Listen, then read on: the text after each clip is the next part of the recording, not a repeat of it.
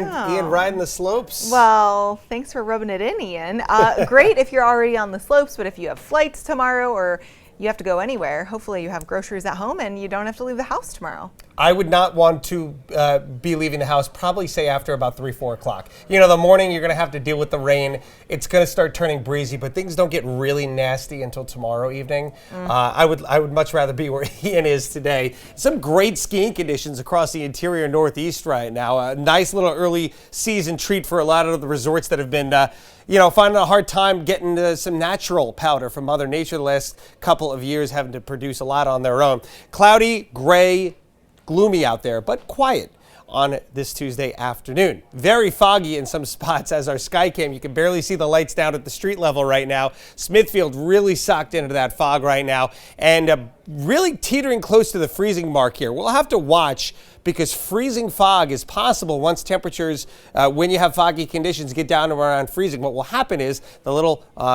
very fine particulate water droplets that make up the fog, as soon as they touch a surface that's at or below freezing, they will freeze onto that surface, and that can mean roads. So we'll keep a very close eye on that in the next couple hours, but I am anticipating very shortly the temperatures to start going up, which would help alleviate that concern. This is an all-rain event for us, no snow this time. A general 2 to 3 across the area right now. The indications are that that 3-inch area would be a little bit further to the west right now, but whatever the case may be, no one's missing out on this rain. We are certainly getting much needed rainfall, but it's again the wind that is the more concerning of the two here. We've got gusts up to 60 miles per hour. We have seen an expansion, rightfully so here from the Weather Service. The high wind warning has come up into Kent County now, northern Bristol County as well. That was, you guys were out of it yesterday. You are now in that.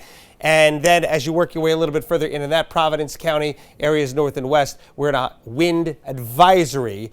So slightly less gusts expected as you travel further inland. The gusts expected to be highest at the coast, but I've seen this many cases where you wind up seeing your highest wind gusts, at TF Green, places like New Bedford, not actually at the shoreline, but of course you're getting less friction down at the coast, so your winds will be a little bit less. Not much in the way of winds out there right now. Again, it's very quiet, and that's why we have those foggy concerns. Here we go into tomorrow morning, and things have gotten going. Generally light to moderate rain at first, starting to see those heavy pockets filtering in throughout the day. Now you can see the wind arrows. They're coming out of the south here, starting to see some 20 and 30 mile per hour gusts. And we're just going to see these heavy showers on and off throughout the day, some downpours, a very almost summer-like setup here with even a couple of rumbles of thunder along the way. Now as we get into, here we go, the late afternoon, early evening, this is why I told you it's going to turn really nasty. Look at some of these numbers, folks. Newport, 59 there. Block Island, 64. 55 in Falmouth, 57 in Plymouth.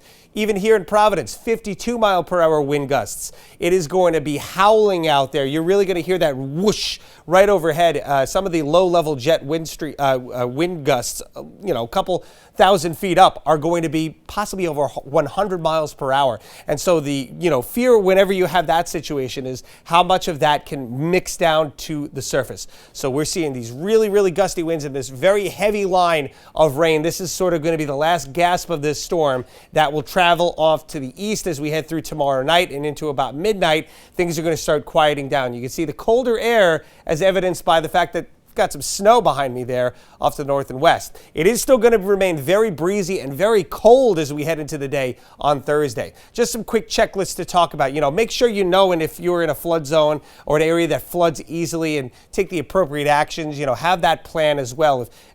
Your basement floods. What are you going to do? What's the first step there?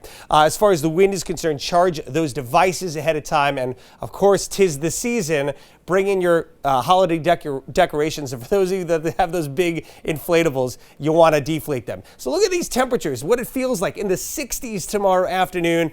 That is going to change quickly as that line passes through. 20s and 30s throughout the day on Thursday. And look at this. By the time we get into Friday, you've got wind chill values in the teens as we're waking up on Friday morning. Bitter cold air coming into end of week. We'll see the temperatures moderate over the weekend. Cloudy skies on Sunday and some more showers expected Monday into Tuesday. I think by the time we get to later next week, Tiffany, we're really going to see the benefits of all this rain and the drought concerns easing nicely across the area.